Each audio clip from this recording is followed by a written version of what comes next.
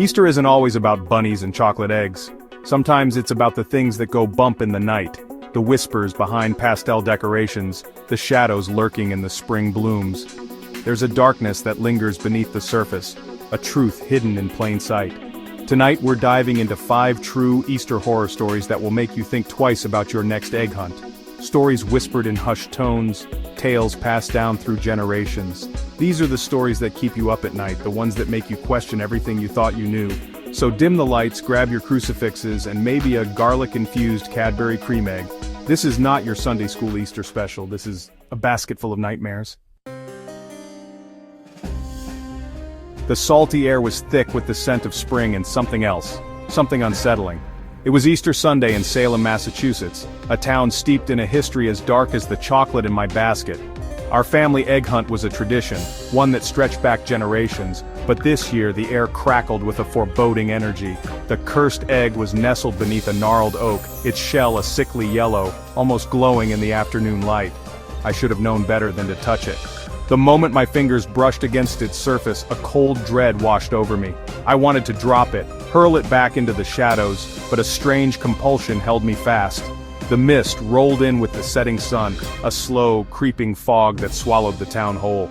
It started subtly, tendrils of gray snaking through the streets, but soon it was upon us, a suffocating blanket of darkness. That's when the screams began. Panic seized me. I ran towards the house, the chilling laughter of children echoing behind me, but it wasn't the joyous sound of Easter fun. It was wrong, distorted. The oak tree loomed in the swirling mist, its branches now grotesque claws reaching for the sky. We never found the others. They vanished that night, swallowed whole by the shadows and the mist. The cursed egg, however, remained on our doorstep, a chilling reminder of the Easter our family was erased. Savannah, Georgia, a city draped in Spanish moss and secrets. It was here, in this sultry southern town, that my brother Thomas encountered the entity that would forever haunt our Easters. It started with an antique bunny costume, its glass eyes glinting with an unnatural light. A dusty relic from a forgotten time, found in a Savannah antique shop, the costume was more unsettling than endearing. But Thomas, always drawn to the macabre, insisted on wearing it for our family Easter gathering. As dusk settled, and the Easter feast commenced, a change came over Thomas. He became agitated, his movements jerky and unnatural, his voice a raspy whisper. He kept muttering about a darkness, a hunger that gnawed at him from within. The costume, once a faded blue, began to darken, taking on a sinister life of its own. The glass eyes seemed to glow with a malevolent light, reflecting a terror I could see mirrored in my brother's own eyes.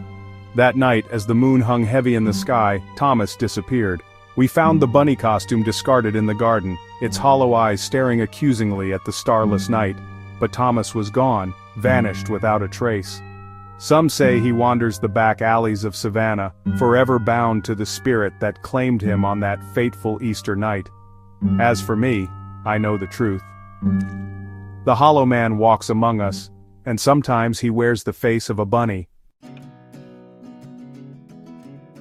Asheville, North Carolina, nestled in the Blue Ridge Mountains, a place where nature's beauty masked a chilling secret.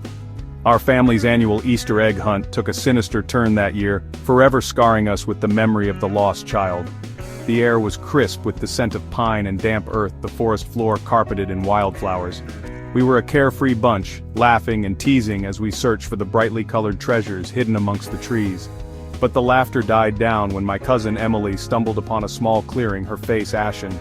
In her hand she clutched a single white egg, a piece of paper tucked inside. The note was written in a childish scrawl, the words sending shivers down our spines. "Help me, they took me. I'm buried beneath the willow tree." Panic surged through our group. We fanned out, searching frantically for any sign of disturbance near the old willow tree at the edge of the woods. It was Emily who found her, a little girl, no older than 6, her eyes vacant, her skin deathly pale. She looked eerily familiar, like a faded photograph come to life. Then it dawned on us, a collective gasp escaping our lips. This was Sarah, a distant cousin who had disappeared from the very same woods decades ago. Her disappearance remained an unsolved mystery, a haunting whisper in our family's history. The moment our eyes met hers, a cold wind swept through the clearing, chilling us to the bone. We watched in horror as Sarah, the lost child of Easter, faded into the shadows, her laughter echoing through the trees, a chilling reminder of the secrets the forest held. The French Quarter of New Orleans, pulsing with jazz music and the scent of beignets. It was here, amidst the vibrant chaos of the city, that a couple's Easter celebration took a terrifying turn. They had stumbled upon a peculiar antique shop, its windows filled with dusty trinkets and forgotten relics. Among the strange assortment, a porcelain bunny figurine caught their eye. Its eyes, two glittering emerald stones, seemed to follow their every move. There was an unsettling aura around it, a palpable sense of unease, but against their better judgment they purchased the figurine, drawn in by its eerie allure. As night fell and the city throbbed with life, the bunny figurine seemed to come alive. Its once vacant eyes now glowed with a malevolent light, casting eerie shadows on the couple's apartment walls. The temperature plummeted, the air growing thick with a cloying sweetness that made their throats burn. Whispers filled the air, whispers that spoke of vengeance and the bitter taste of betrayal. The bunny figurine was no longer an innocent decoration. It was a conduit, a vessel for something ancient and evil. They found her the next morning, the woman, her body contorted at the foot of their bed, her eyes wide with terror, her face frozen in a silent scream. The porcelain bunny sat perched on her chest, its emerald eyes gleaming with a triumphant malice. The Easter bunny, it seemed, had delivered its own twisted version of justice. Gettysburg, Pennsylvania, a town steeped in history and sorrow, its battlefields forever marked by the echoes of war. It was here that a group of friends decided to revive a forgotten Easter tradition, one that promised to honor the spirits of the past, but instead ushered in a new reign of terror. The tradition was simple: leave offerings of food and drink on the graves of fallen soldiers as a gesture of peace and remembrance. As the sun began its descent, casting long shadows across the hallowed grounds, they made their way to the battlefield, their arms laden with baskets filled with tokens of respect. An unsettling stillness hung in the air, a silence so profound it seemed to hum. The air grew heavy, the scent of gunpowder and decay clinging to their clothes, their hair. As they placed the offerings on the weathered headstones, a figure emerged from the encroaching darkness.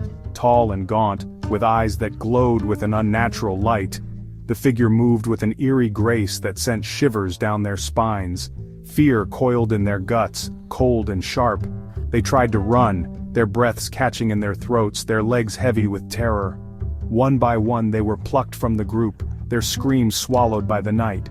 The last thing the remaining survivor saw was the ghostly figure standing over a grave, his hand outstretched, beckoning him closer.